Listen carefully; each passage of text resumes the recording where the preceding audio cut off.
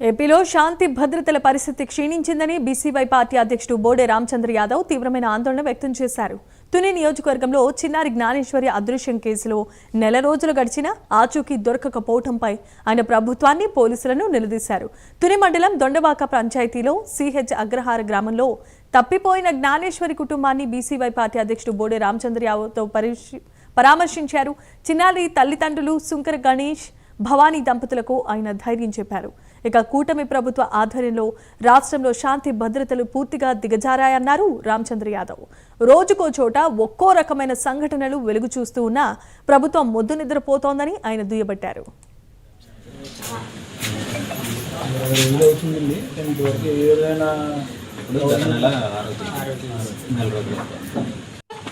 ఏం చేశారు పోలీసులు ఏం చేశారు? నైట్ నేమ్ కొండగట్టి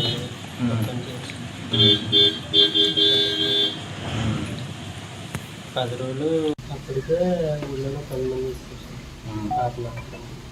కాపు నచ్చడానికి 100 మంది ఇస్తారు ఊళ్ళో మొత్తం.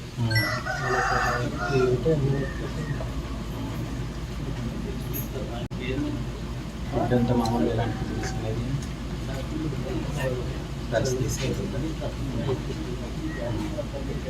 హెల్తీగానే ఉంటుంది.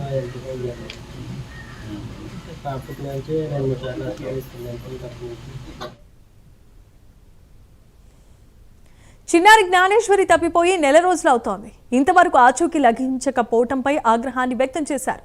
సాంకేతిక పరిజ్ఞానంలో అందరికంటే ముందుంటామని చెప్పే ముఖ్యమంత్రి నారా చంద్రబాబు నాయుడుకు జ్ఞానేశ్వరి ఆచూకీ కొరకు ఏ టెక్నాలజీతో గాలింపు చర్యలు చేపట్టాలో తెలియదా అని సూటిగా ప్రశ్నించారు. నెల రోజులు గడిచిపోయింది, ఒక చిన్నారి ఆచూకీ కనిపెట్టలేని అసమర్థమైన ప్రభుత్వం ఇది అంటూ ఆయన విమర్శించారు. ఈ కేసులో పోలీసులు నిర్లక్ష్యంగా వ్యవహరించారనేది తన గట్టి నమ్మకమని రామచంద్ర యాదవ్ స్పష్టం చేశారు. చిన్నారి జ్ఞానేశ్వరి జాడను పోలీసులు త్వరగా కనిపెట్టాలని, లేకపోతే తిరిగి ఇక్కడికి వచ్చి న్యాయ పోరాటం చేస్తామని ఆయన హెచ్చరించారు.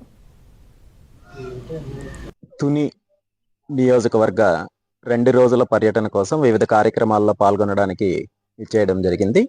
ఇందులో ప్రధానంగా సుమారు నెల రోజుల క్రితము తుని మండలము సిహెచ్ అగ్రహారం గ్రామానికి సంబంధించి 3 సంవత్సరాల వయసున్న ఒక పసిపాప తప్పిపోయిన విషయం అందరికీ తెలుసు. ఈ పసికందు తప్పిపోయిన తర్వాత పోలీసు అధికారులు, జిల్లా ఎస్పీ గారు పూర్తిగా గాలింపు చర్యలు చేపట్టుతున్నామని చెప్పి గత నెల రోజుల నుండి దీనికి సంబంధించిన అప్డేట్స్ మీడియాలో వస్తున్నాయి. అదేవిధంగా ఆ తల్లిదండ్రులను స్థానిక ప్రజాప్రతినిధులతో పాటు జిల్లా ఎస్పీ గారు పరామర్శించారు. అదేవిధంగా రాష్ట్ర హోంశాఖ మంత్రి గారు పరామర్శించారు. అయినప్పటికీ దురదృష్టకరమైన సంఘటన ఏంటంటే, ఆ పసిపాప తప్పిపోయి ఇప్పటికి సుమారు నెల రోజులు కావస్తుంటే ఏమాత్రం దానికి సంబంధించిన ఆధారాలు కానీ ఆచూకీ కానీ తెలుసుకోలేనంత బలహీనమైన వ్యవస్థ, టెక్నాలజీ మన రాష్ట్ర ప్రభుత్వానికి ఉంది అంటే ఈ రాష్ట్ర ప్రజలకు ఎలాంటి సంకేతాన్ని ఇస్తున్నారు ఈ సంఘటన ద్వారా? అంటే ఒక పసిబిడ్డ తప్పిపోయినా, లేదంటే మహిళలు తప్పిపోయినా, లేదంటే మరొక సంఘటన జరిగినా వాటిని వెతికి పెట్టే వ్యవస్థ మా దగ్గర లేదు, దానికి సంబంధించిన టెక్నాలజీ మా దగ్గర లేదు అని ఈరోజు ప్రభుత్వము రాష్ట్ర ప్రజలకు ఒక సంకేతాన్ని ఇస్తున్నారు. నిజంగా ఈ విషయానికి ముఖ్యమంత్రి చంద్రబాబు నాయుడు గారు సిగ్గుపడాల్సిన అంశం. ఎందుకంటే ఈరోజు అనేక ప్రసంగాల్లో, అనేక వేదికల పైన ఆంధ్రప్రదేశ్ రాష్ట్రము అన్ని రంగాల్లో అభివృద్ధి చెందుతోంది. ముఖ్యంగా మన రాష్ట్రంలో టెక్నాలజీని ప్రోత్సహిస్తున్నంతగా దేశంలో ఏ రాష్ట్రంలో లేదని చెప్పి గొప్పలు చెప్పుకునే ముఖ్యమంత్రి గారు ఏఐ టెక్నాలజీ గురించి మేము ప్రతి అంశానికి ఏఐని ఉపయోగిస్తున్నామని చెప్పుకునే ముఖ్యమంత్రి గారు ఈ రాష్ట్రంలో ఒక పసిబిడ్డ తప్పిపోతే వెతికి పెట్టే వ్యవస్థ లేకపోవడం అనేది నిజంగా చాలా సిగ్గుచేటు. దీనికి ఇప్పటికైనా ముఖ్యమంత్రి గారు కళ్ళు తెరిచి ప్రత్యేక బృందాలు ఏర్పాటు చేసి ఈ పసిబిడ్డను వెతికి పెట్టడానికి వేరే ఎలాంటి టెక్నాలజీ అవసరమో, లేదంటే దీనికి సంబంధించిన ఎలాంటి చర్యలు తీసుకోవాలనే దానిపైన శ్రద్ధ చూపించి ఆ తల్లిదండ్రుల యొక్క మానసిక క్షోభను తీర్చాల్సిన బాధ్యత ముఖ్యమంత్రి గారికి ఉంది. ప్రభుత్వము దీని మీద ప్రత్యేకంగా శ్రద్ధ పెట్టాల్సిన అవసరం ఉంది. అదేవిధంగా ఈ రాష్ట్రంలో శాంతి భద్రతల సమస్యలు ఏ విధంగా ఉన్నాయో, ప్రతిరోజు రాష్ట్రంలో జరుగుతున్న సంఘటనలు ఎలా ఉన్నాయో మనం చూస్తున్నాము.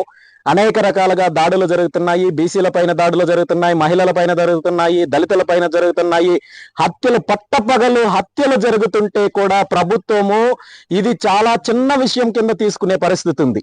నిన్నటికి నిన్న చూసాము, ఒంగోలు నగరంలో పట్టపగలు సాయంత్రం 3 గంటల ప్రాంతంలో ఒక నాయి బ్రాహ్మణ సోదరుడు తన షాపులో పని చేసుకుంటుంటే తెలుగుదేశం పార్టీకి సంబంధించిన ఒక వ్యక్తి మద్యం సేవించి గడ్డం గీయమని చెప్పి అడిగితే, మద్యం సేవించిన వాళ్ళకి నేను పని చెయ్యనని చెప్పినందుకు నిర్దాక్షిణంగా అదే కత్తితో గొంతు కోసి చంపేస్తే దాని మీద కూడా ప్రభుత్వం ఉదాసీనత వ్యవహరిస్తోంది.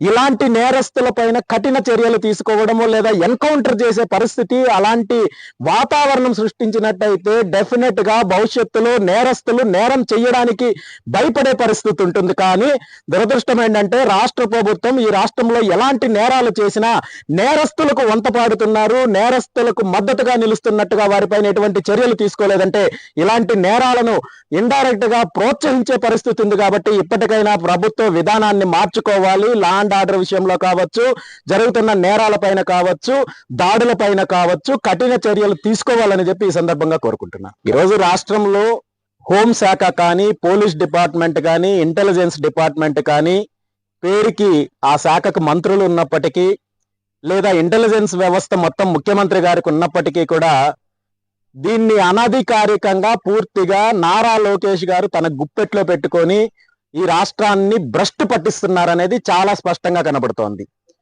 రాష్ట్రంలో ప్రతి జిల్లాలో రోజుకో రకంగా అనేక రకాలుగా నేరాలు జరుగుతున్నప్పటికీ కూడా, హత్యలు జరుగుతున్నప్పటికీ కూడా పోలీస్ వ్యవస్థను నిర్వీర్యం చేసే పరిస్థితి తీసుకొస్తున్నారు. అదేవిధంగా తెలుగుదేశం పార్టీకి సంబంధించిన కార్యకర్తలు, నాయకులు ఎలాంటి నేరాలు చేసినా మీ పైన చర్యలు ఉండవు అని చెప్పి వాళ్ళకి భరోసా ఇచ్చి సమాజం మీద వాళ్ళని ఉసిగల్పే ప్రయత్నం చేస్తున్నారు. ఈ విధానాన్ని ప్రభుత్వం మార్చుకోవాలి.